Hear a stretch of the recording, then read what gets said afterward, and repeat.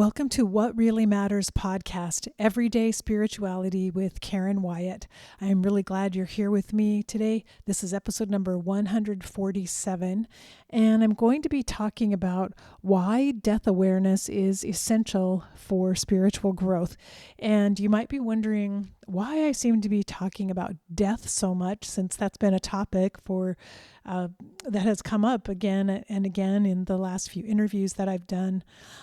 But hopefully, as you listen to this episode, you will understand why death is such an essential awareness for us to have, a reality that we must come to terms with if we truly want to grow spiritually. And we can go back to the episode I did on why spirituality matters now more than ever.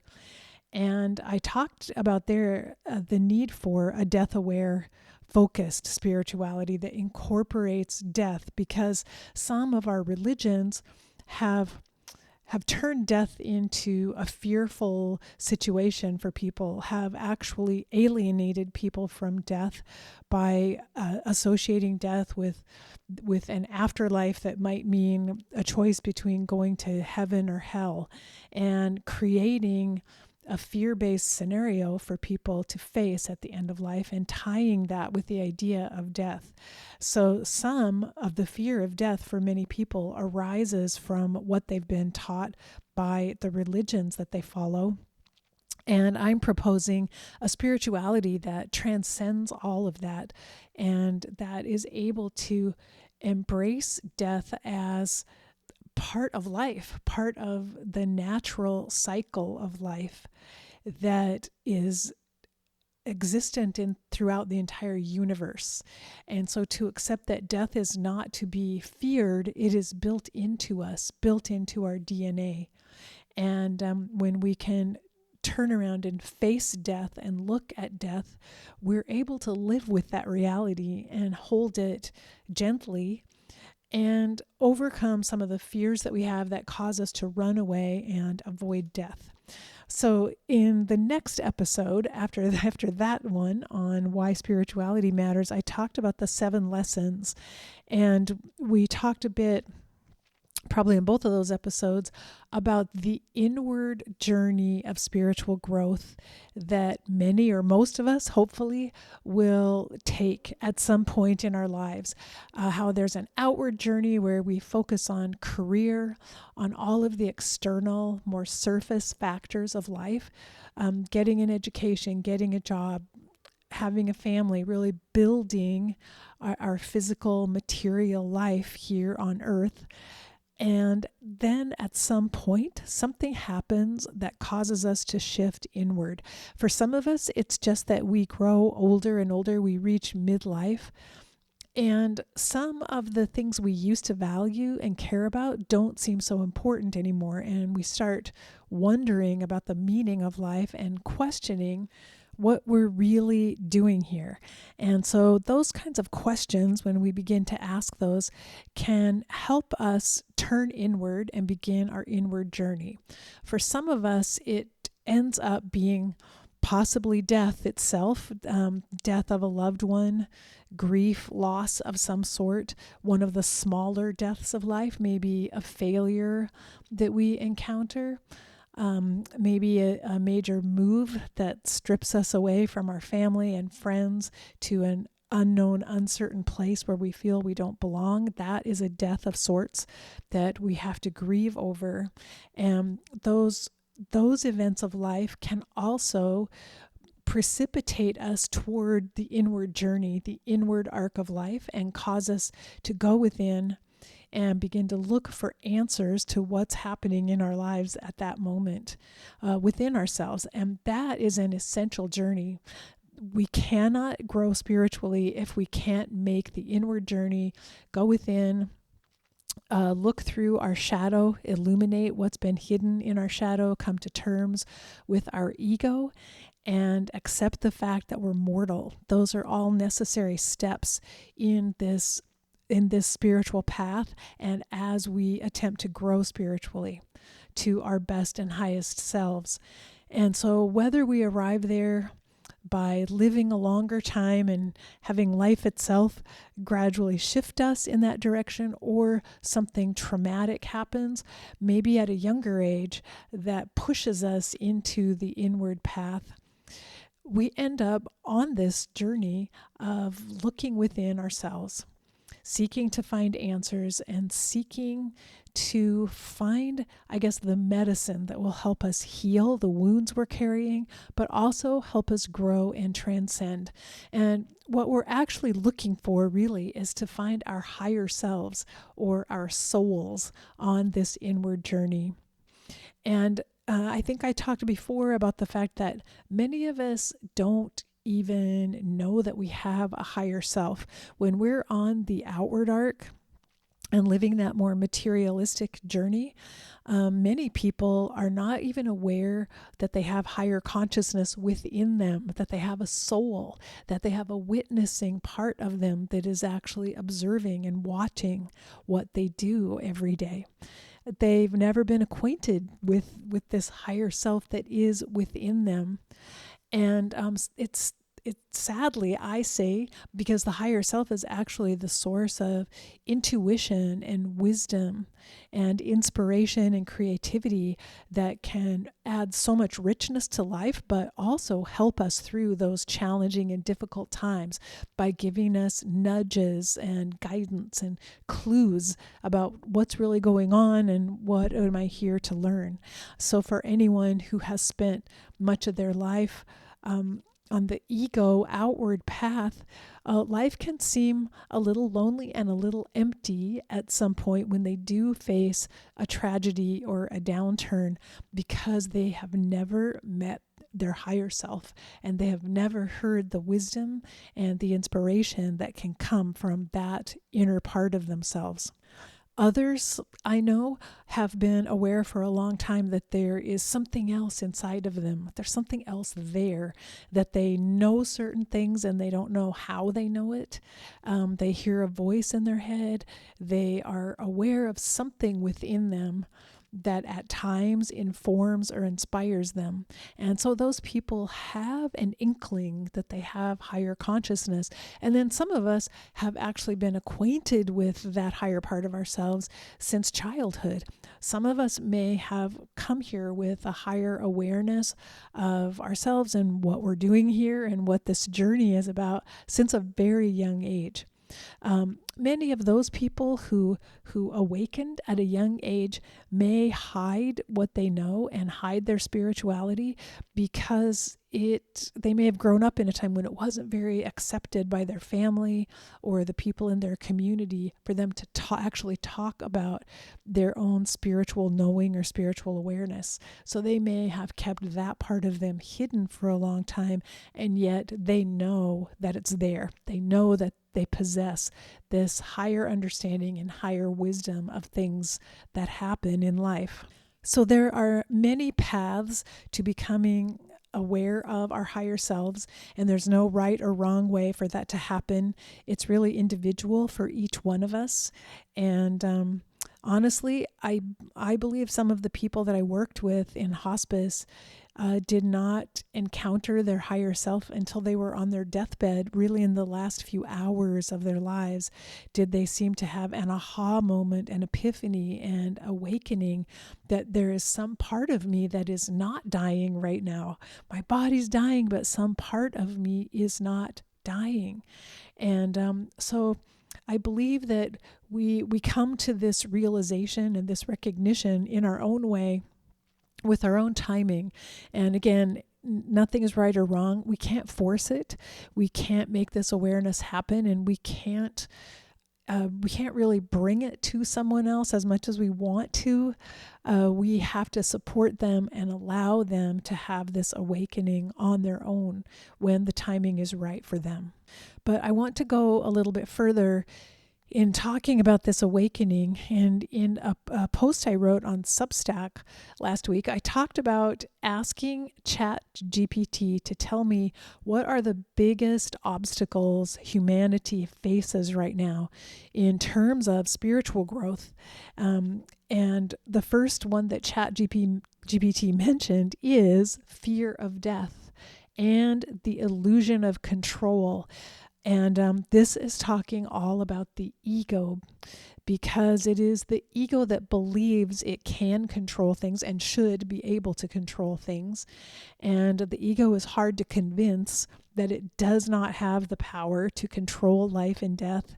It cannot make circumstances bend to its will, though it continues to try throughout our lives.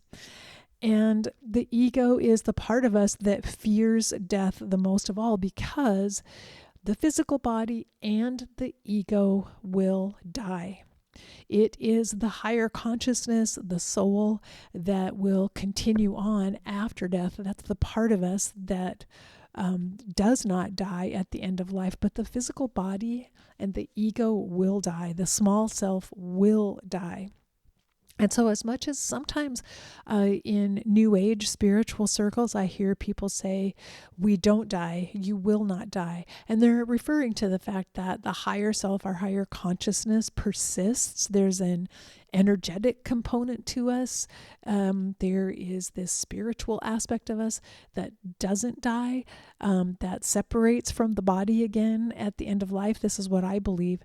But to say we don't die is to actually contribute to the denial of the ego that does not want to hear that the physical body and the ego will die away at the end of life. And that is an essential separation that has to happen in order to release the higher consciousness from embodiment, from the physical plane.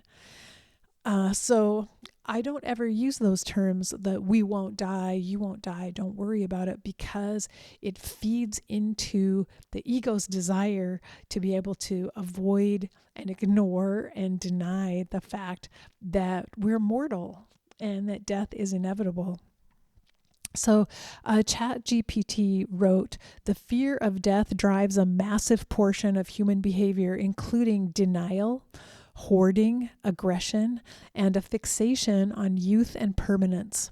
It creates systems of control that pretend to offer safety while only deepening fear.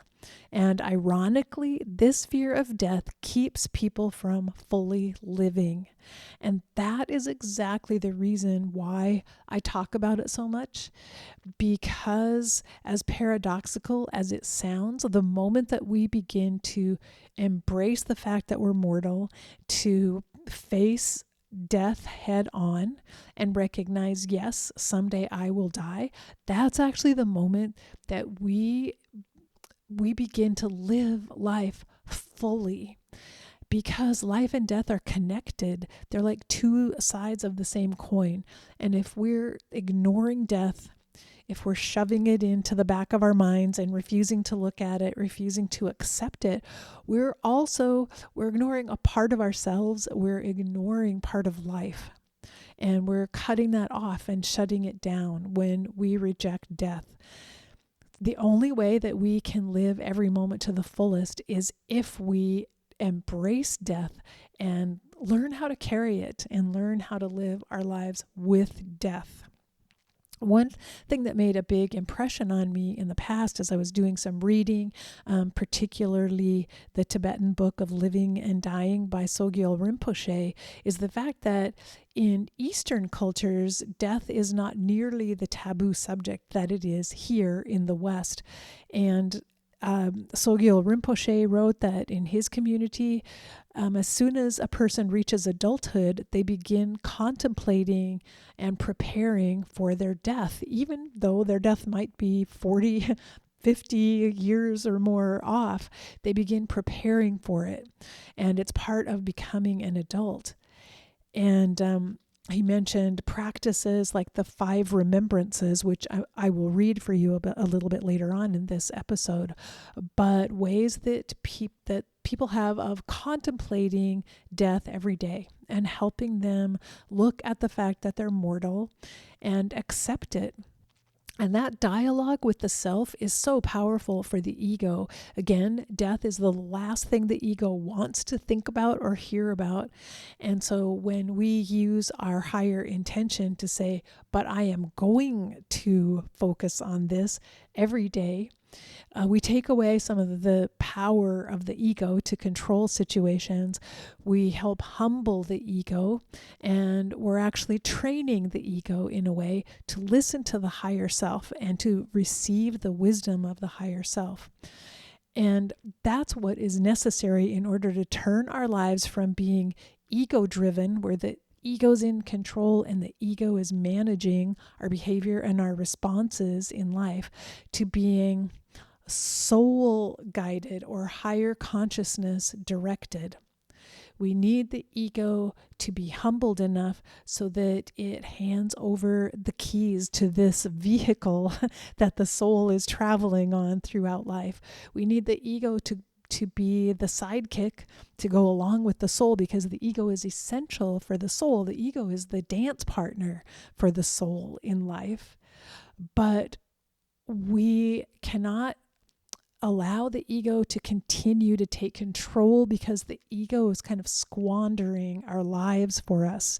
And when we recognize death, when the higher self is allowed to take over this control and hold the reality of being mortal in one hand, but also the reality of being immortal as a soul, and hold both of those awarenesses at the same time, that is when life becomes rich, and when there's so much that we can learn on a day-to-day basis. That's when we really start this inward journey and begin to grow spiritually. And I mentioned when I covered the lesson of impermanence in the 7 Lessons episode that I did last week, that death helps us recognize the preciousness of life and begin to cherish each moment of life. And that's how we actually glean all the meaning and the joy and the love we can from every moment of life, because we recognize that it won't last, that it's fleeting. And we want to make the most of what we're given, of what we have, and we don't even know how much time that is. That is one of the huge benefits of living with death before your eyes, holding death in one hand, or as Carlos Castaneda said, having death on your shoulder. But as far as our society is concerned, death is also the great equalizer, because everyone will die, and death plays no favorites. Death comes for everyone in its own time. No one can control it. Granted, we're seeing so much death and destruction on our planet right now. We are seeing people who our lives are being taken from them with cruelty and war, and it's inhumane. And I don't mean to imply that we should be cavalier about death. Oh, well, death just came for them. It was their time. No, this is inhumane genocide taking place due to war, and we cannot take that lightly. We cannot wash that away by calling that a spiritual event of life. We have to be able to recognize hatred and inhumanity when it's present in our world and speak up about it. So I want to make it clear that I am not in any way trying to diminish the cruelty and senselessness of those deaths that are happening on our planet.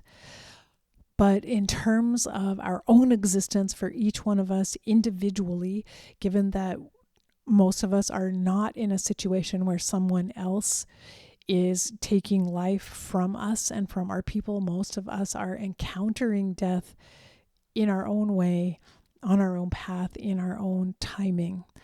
And so I'm really talking about our own individual journeys and not talking about death on the bigger scale. But again, because death is an equalizer in a way, every death that takes place affects each one of us. We are not immune to the grief and the suffering and the loss and pain that happens anywhere else on this planet. We are a collective. We're all connected. We are all one. And so we experience the pain of that loss as much as if it were happening in our own family and in our own lives. And that's part of the spiritual journey as well. is that we also carry pain for others. We carry pain for our brothers and sisters that we are connected to. And part of the spiritual journey is to gather the tools to help us live with this pain and suffering that we become so acutely aware of in the world and on our planet, because we're being called to stay in a place of love, to not retreat into fear, and to not run away from looking at the suffering. On our spiritual paths, we're being called to face all of this suffering and pain, to hold it all in our awareness and our embrace, and to meet it with love that is more powerful than hatred, with a light that can shine through the darkness. But it takes spiritual courage and spiritual strength in order to do that. And that's part of this path, this inward path of developing tools and learning how to stay calm and how to stay focused, how to stay present in the midst of suffering and be a witness to it without collapsing underneath it. To stay within our hearts and resist the anxiety that tends to come over us, and continue to emanate love and emanate light wherever we go. It's really essential. And I see many people who are collapsing under the weight of the suffering, who feel like they cannot bear it. They cannot bear to look. They don't want to see it. But right now is a time when it's essential that we do step up, that we are able to look death straight in the eye in all of its forms, in all of its ugliness, however it is coming toward us in this world, and that we face death again with equanimity, with love, with light, with compassion for all who are suffering. And I read a statistic, I don't have it in front of me, but it said that one person who is vibrating in the frequency of love can overpower the negativity of 750,000 people. I believe that's the number, but it was staggering to think about. And so I cannot overemphasize this. Every bit of spiritual work that we do to help us live with the reality of death and view death and suffering around the world without falling apart, without running away, without shrinking or being appalled by it, when we can courageously face that death and witness it and still continue to bring love into the world, to vibrate with the frequency of love, we can make change in the world. But we have to do this work of learning how to look at death and learning how to accept our own death and cope with our own fear of death in our own lives before we can get to that place of strength where we can continue to vibrate with the frequency of love. And so I know that might sound very woo-woo to some of you who are listening, but I have to say it. I just have to talk about it. These are the stakes. They're very high. And it's why this work is so essential right now and so important that we each work on ourselves and really look at our own lives, our own wounds, our own shadows within, and do whatever we can to help raise our own frequency to that place of love and rise above the fear that keeps pulling us back down into the darkness, because that is the only way we can make change in the world right now. And I want to read to you a passage from the Tao of Death, which is an adaptation of the Tao Te Ching that I wrote a few years back. Where I adapted the verses of the Tao Te Ching to include death. And so I talk about the Tao of Death means the way of death. I talk about that in the book. So I'm going to read to you verse 54, which says, "When you know the way of death, that knowledge will never fail you and can never be taken from you. It will become your legacy one day. If you want to make a positive impact on the world, begin by looking inside yourself. If you live according to what really matters, then your family will overflow with love. Your community and nation will thrive, and the entire planet will benefit from the peace and goodwill that you generate. You cannot change anything outside of you until you change what is inside of you. When you are not afraid of death, you can let go of everything that doesn't serve you or the world. You will know this is true when you understand the way of death. And so the verses in this book, again, which come originally from the Tao Te Ching, talk about one thing that is essential to understand death. It's actually three things that we need as our tools when we face death. And those are love, presence, and surrender. And so I just wanted to talk about that a little bit because I'm already mentioning the idea we need to learn how to maintain the vibration of love and stay in a place of loving from our hearts. And that is one of the practices we have to develop. And we really have to learn how to love ourselves. And again, that is a value that's not taught very openly in our society. Most of us are taught that it's selfish to love ourselves and think about ourselves.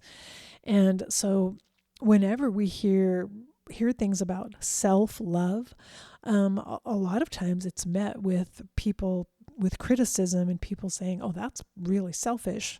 Why would you focus on that when there's so many other people who need something? You should give your love to others, not to yourself. But the fact is, self-love is how we heal the wounds in our shadow. It is how we raise our own vibration. It's how we become our higher selves.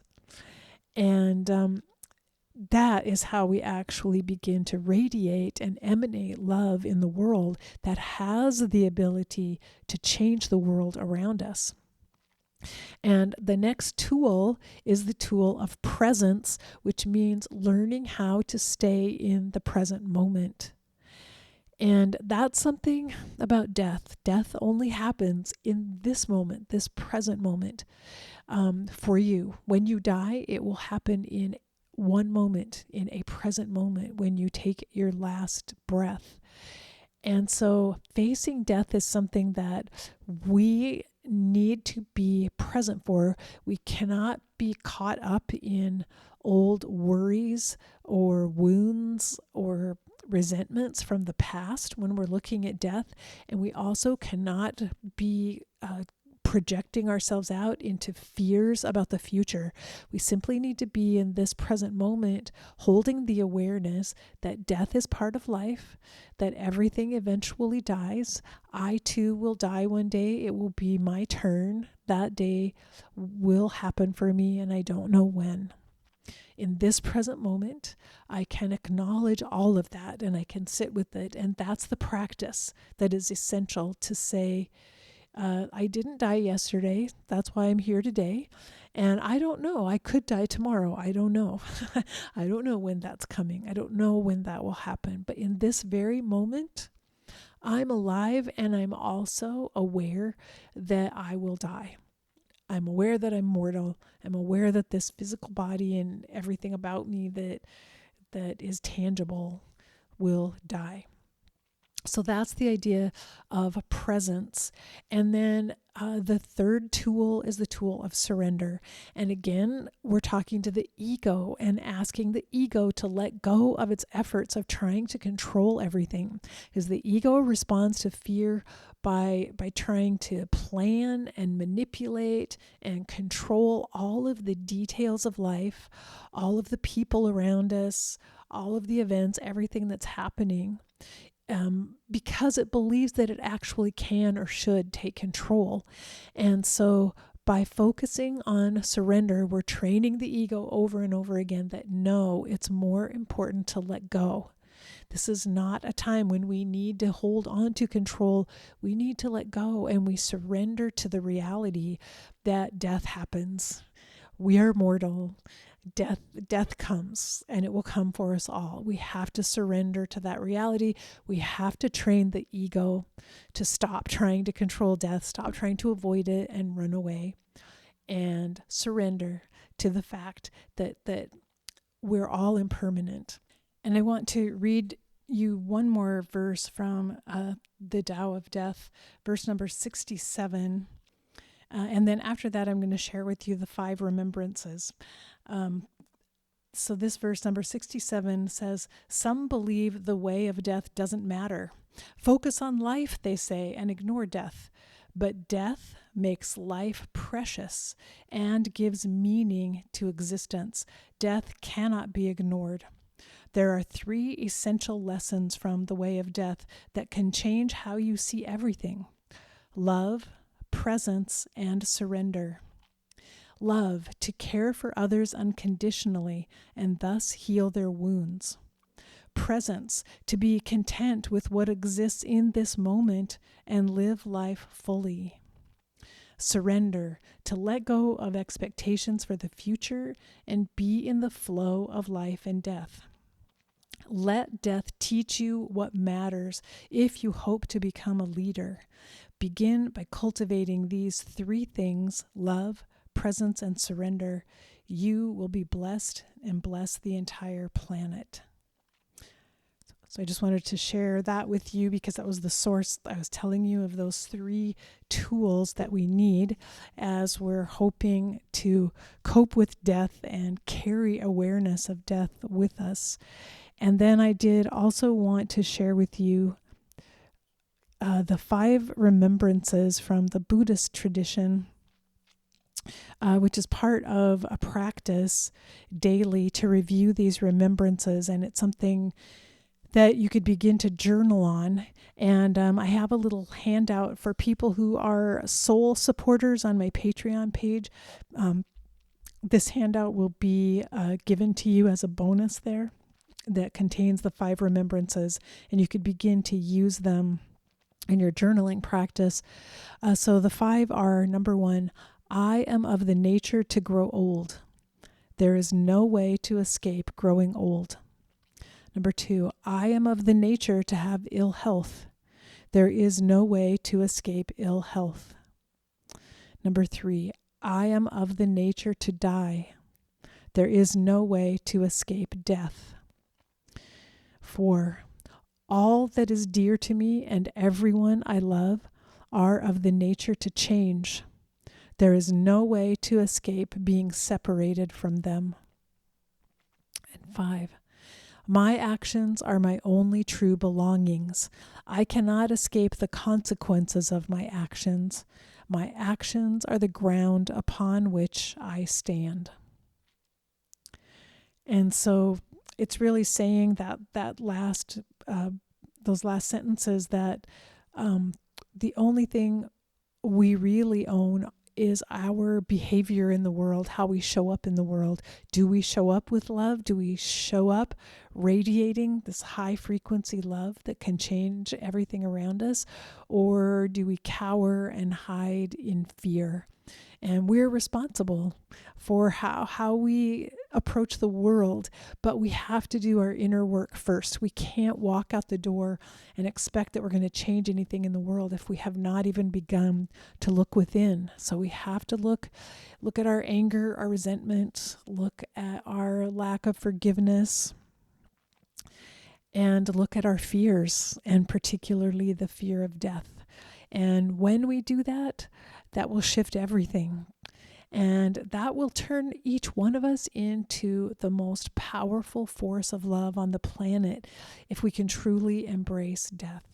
So I encourage you, if you're interested in doing some kind of a death practice, my book, The Tao of Death, has a companion journal that you can download for free.